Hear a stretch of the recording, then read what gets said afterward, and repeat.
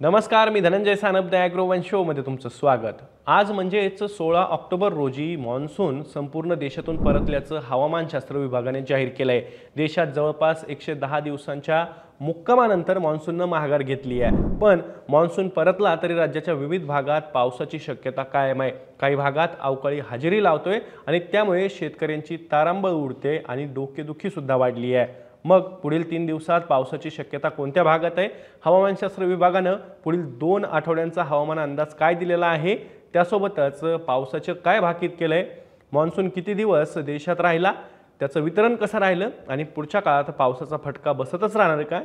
याचीच माहिती आपण आजच्या द ॲग्रोवन शो मधून घेणार आहोत, त्यामुळे तुम्ही व्हिडिओ शेवटपर्यंत नक्की बघा। तर मान्सूनने 14 सप्टेंबर पासून उत्तर भारतातून परतीच्या प्रवासाला सुरुवात केली। 13 ऑक्टोबर रोजी महाराष्ट्राच्या बहुतांश भागातून मान्सूनने माघार घेतली। त्यानंतर 16 ऑक्टोबर रोजी संपूर्ण देशातून मान्सून परतल्याचं हवामानशास्त्र विभागाने जाहीर केलं आहे। जवळपास 110 दिवसांचा मुक्काम मान्सूनने देशात केला।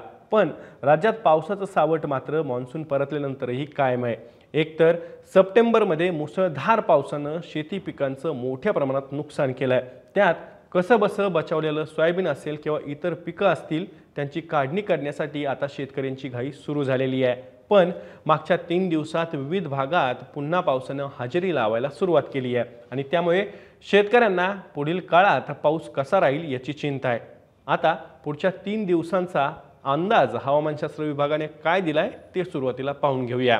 तर उद्या म्हणजेच शुक्रवारी पालघर, ठाणे, रायगड, रत्नागिरी, सिंधुदुर्ग, धुळे, नंदुरबार, जळगाव, नाशिक, अहिल्यानगर, पुणे, कोल्हापूर, सातारा, सांगली, सोलापूर, छत्रपती संभाजीनगर, जालना, परभणी, बीड, हिंगोली, नांदेड, लातूर, धाराशिव जिल्ह्यात तुरळक ठिकाणी पावसाचा अंदाज आहे। तर या सरी सुद्धा हलक्या स्वरूपाच्या असतील। उर्वरित राज्यात उघडीपीसह कोरड्या हवामानाची शक्यता हवामानशास्त्र विभागाने वर्तवली आहे। त्यानंतर शनिवारी मात्र रत्नागिरी, सिंधुदुर्ग, कोल्हापूर, सातारा या जिल्ह्यात काही ठिकाणी विजांसह आणि त्यासोबत वाऱ्यासह जोरदार पावसाचा इशारा हवामानशास्त्र विभागाकडून देण्यात आलाय। यामध्ये येलो अलर्ट सुद्धा जारी करण्यात आलाय। तर रायगड, नाशिक, अहिल्यानगर, पुणे, सांगली, सोलापूर, हिंगोली, नांदेड, लातूर आणि धाराशिव जिल्ह्यात तुरळक ठिकाणी हलक्या सरींची शक्यता आहे। उर्वरित राज्यात कोरडं हवामान राहील असा अंदाज हवामान विभागाचा आहे। रविवारी मात्र रायगड, रत्नागिरी, सिंधुदुर्ग, कोल्हापूर, सातारा जिल्ह्यात काही ठिकाणी जोरदार पावसाचा इशारा देण्यात आलाय। तर ठाणे, अहिल्यानगर, सांगली, सोलापूर, परभणी, बीड, हिंगोली, नांदेड, लातूर आणि धाराशिव जिल्ह्यात तुरळक ठिकाणी पावसाच्या हलक्या सरीचा अंदाज आहे। तसंच उर्वरित राज्यात मात्र कोरड्या हवामानाचा अंदाज हवामानशास्त्र विभागाने वर्तवलेला आहे। या सगळ्यामध्ये राज्यामध्ये उन्हाचा चटका सुद्धा वाढणार आहे। ऑक्टोबर हीटचा तडाखा आता अनुभवायला मिळतोय।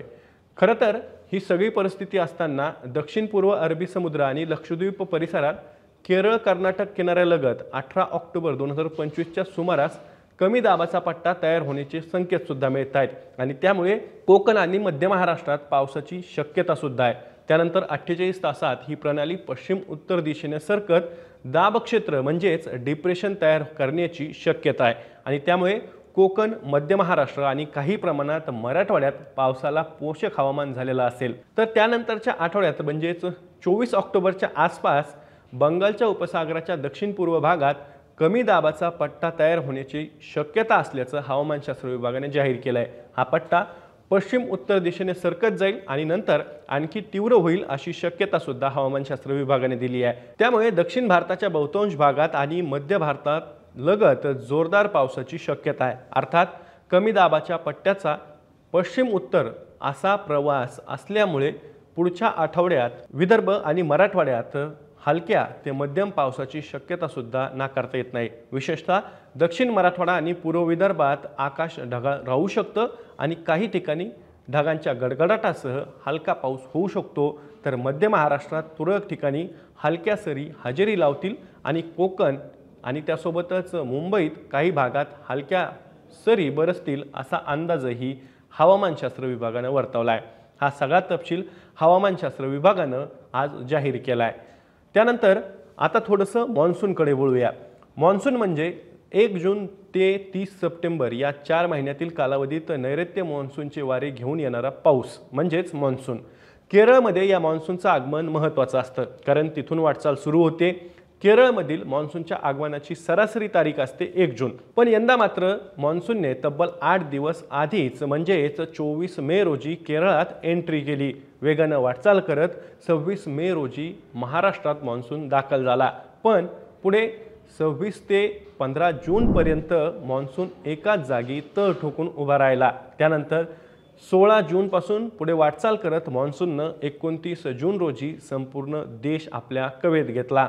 मान्सून हंगामात पहिल्या 3 महिन्यात म्हणजेच जून, जुलै आणि ऑगस्ट महिन्यात पावसाचं वितरण राज्यात असमान होतं. पण नंतर मात्र सप्टेंबरच्या पावसानं मुसळधार स्वरूप धारण करून एकाच महिन्यात सरासरी ओलांडली.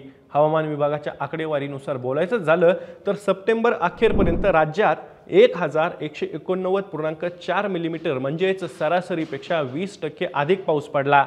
सरासरी या काळात पाऊस किती पडत असतो तर 994.5%. यंदा मात्र मान्सून सप्टेंबरमध्ये धो कोसळला. गेल्या वर्षी देखील सरासरीच्या 26% अधिक पावसाची नोंद झाली होती. यंदाच्या सप्टेंबरमध्ये जर आपण हवामान विभागाच्या नोंदी पाहिल्या तर मराठवाड्यात सर्वाधिक 39%, मध्य महाराष्ट्रात 20% अधिक, कोकण गोवा विभागात 15% अधिक, तसंच विदर्भात 14% अधिक पाऊस झाल्याचं दिसून येतं. हे सगळं इतकं सखोल सांगण्याचं कारण म्हणजे हवामान बदलाचा परिणाम मान्सूनच्या वितरणावर होत असल्याचं आपल्याला दिसून येत आहे.